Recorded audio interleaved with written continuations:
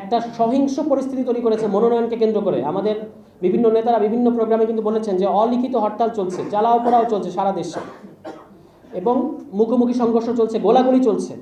আজকের নিউজ, আজকের গোয়েন্দা রিপোর্ট যেটা ইসিকে দিয়েছেন গোয়েন্দারা, 67% নির্বাচনী কেন্দ্র, ভোট কেন্দ্র ঝুঁকিপূর্ণ। 67%। যদি 20% ঝুঁকিপূর্ণ থাকতো, যদি 25% ঝুঁকিপূর্ণ থাকতো, বুঝতাম যে এগুলো ঠিক করা যাবে।